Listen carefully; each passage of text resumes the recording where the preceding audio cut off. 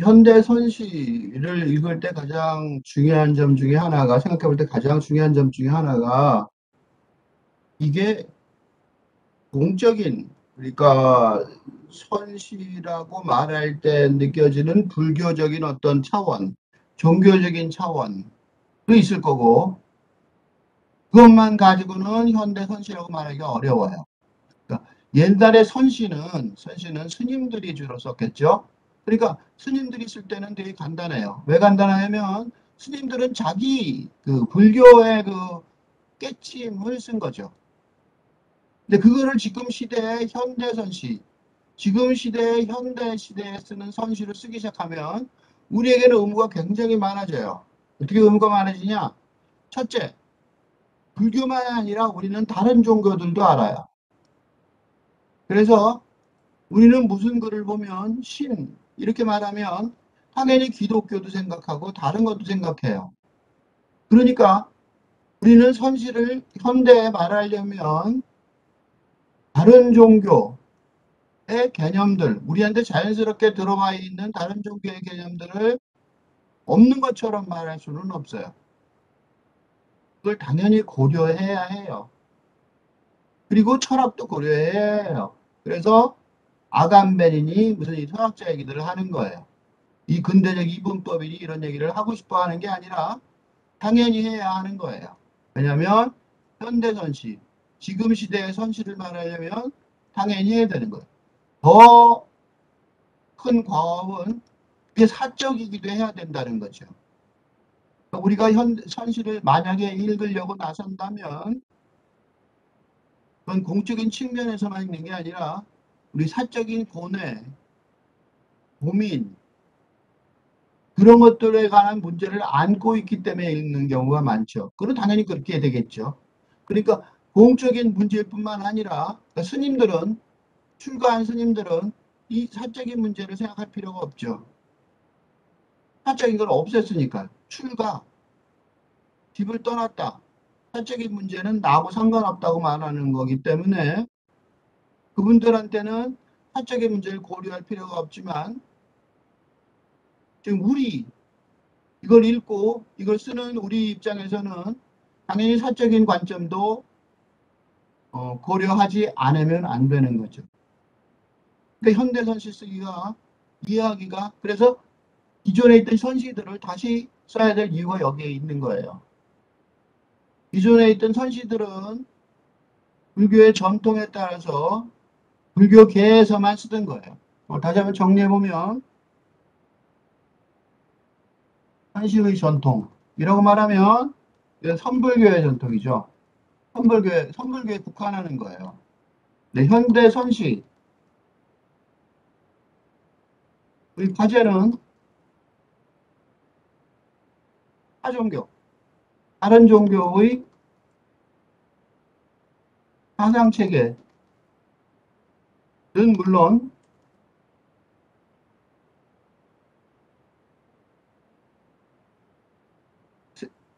현대 사상, 현대 철학 등 사상의 영향, 어? 사상의 생각에 관한 영향도 고려해야 돼요. 공적인 측면에서. 이건 공적인 측면이죠. 하지만 이걸로 끝나는 게 아니에요. 사적인 측면에서 우리는 스님들이 아니기 때문에 사적인 측면에서 개인의 성공과 행복에 관한 생각과 느낌의 관점도 반영해야 하는 거죠. 현대 선시를 읽기가 보통 어려운 과제가 아닐 수가 없는 거죠. 그래서 이 네 단계, 음,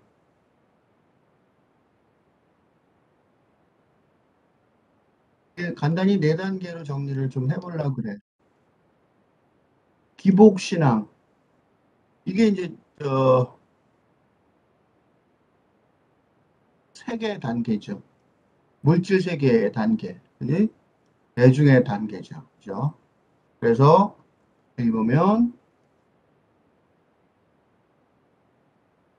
색, 공, 불, 비색, 비공 이런 식으로 색즉 시공, 공즉 시색 또는 보통, 그다음에 집, 보통의 모임, 고통이 없어짐, 뭔가를 깨달음, 그런 식의 고집멸도 이런 말이 있고 또 승, 불, 선, 그다음에 색, 공, 비색비공, 색적시공, 공즉시색 이런 식의 네 단계로 우선 이해를 해보려고 틀을 한번 만들어 보려고 그래요.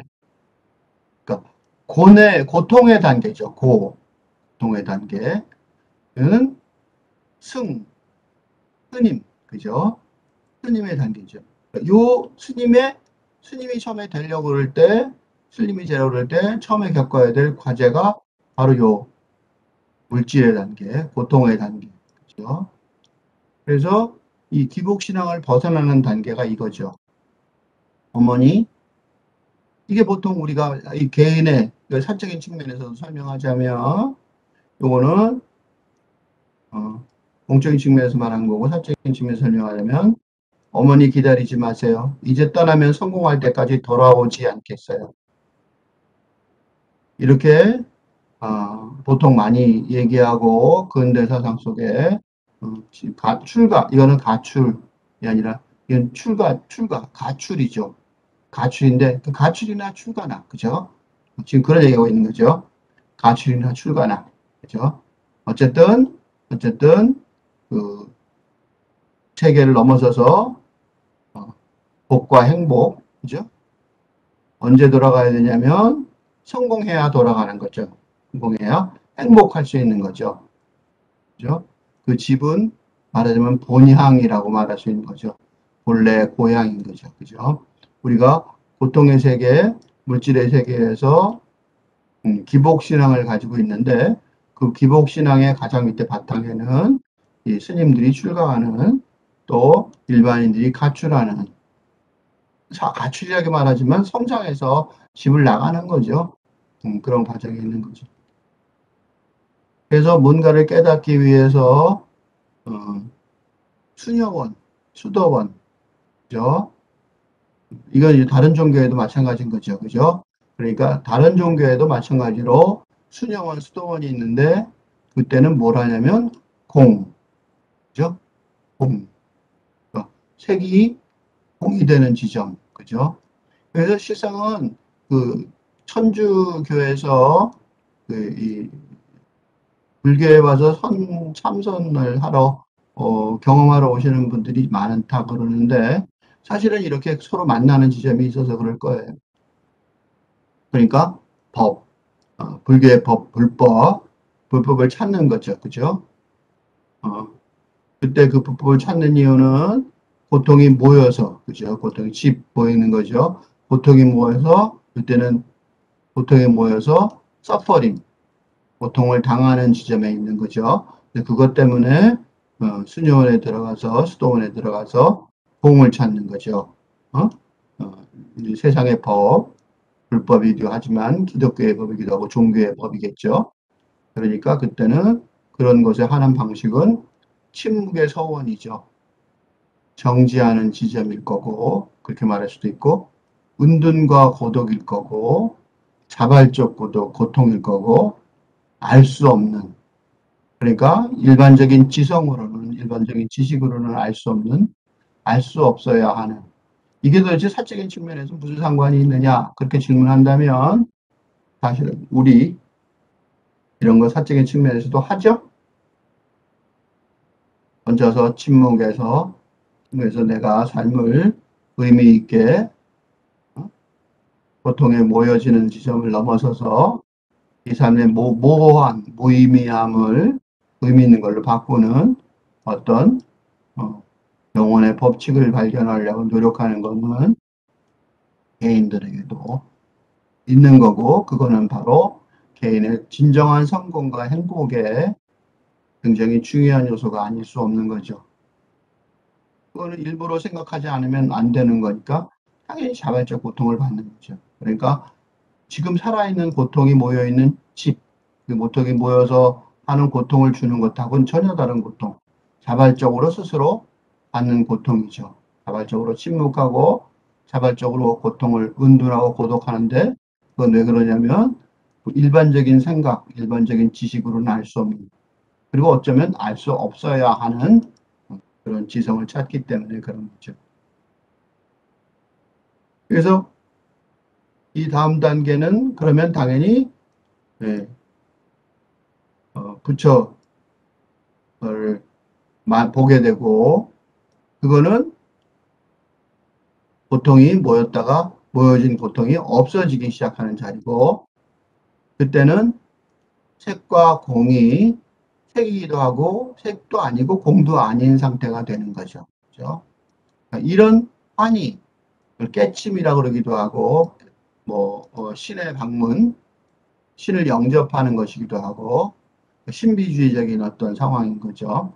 그래서 이게 기독교 천주교에서 환희의 신부가 된다. 그죠? 그런 말하는 거죠. 그때 영원의 신앙이죠. 영원을 알게 되는 거고 그렇게 되면 왜 고통이 없어졌냐? 당연히 나를 다 버렸기 때문에 그런 거죠. 고통도 기억도 이미 다 지나간 거죠. 그래서 천의 궁극에 도달하면 도를 만나는데 그때는 중도라고 그러죠. 색즉 시공 공즉 시색 이렇게 말하는 이유는 물질이기도 하지만 공이기도 하고 공이기도 하지만 물질이기도 한 이런 이론상의 그 상징이죠. 그런 중도의 단계에 도달했다라고 볼 수 있습니다.